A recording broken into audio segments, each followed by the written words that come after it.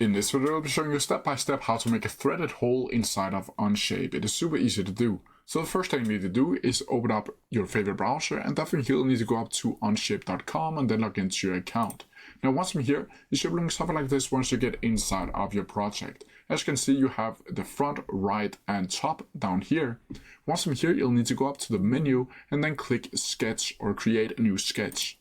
Once you've done that, you should be looking something like this. Now from here, you'll need to find a specific spot that you want this threaded hole. And for this tutorial, I'm just going to choose the top right here. Once I'm here, I'll simply need to click the center point. You can also click C on your keyboard. Then from here, you'll need to click on it like so.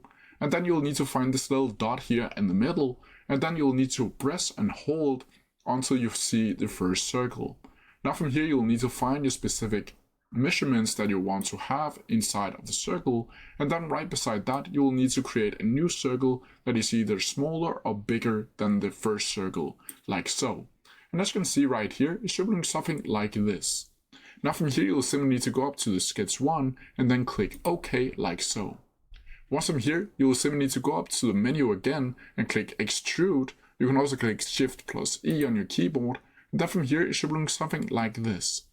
Now from here, you'll simply need to go over to your outer layer of this circle, like so, and click on it. And as you can see now, you have a threaded hole right so.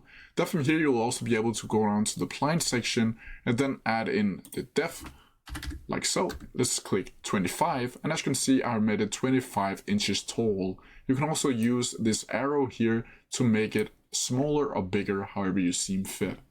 Then from here, you'll simply need to click OK, and as you can see, I have now made it a threaded hole. But that's how you do it. If you have any questions about it, please leave them down in the comment section below. I'll try my best to answer them as quickly as possible. See ya!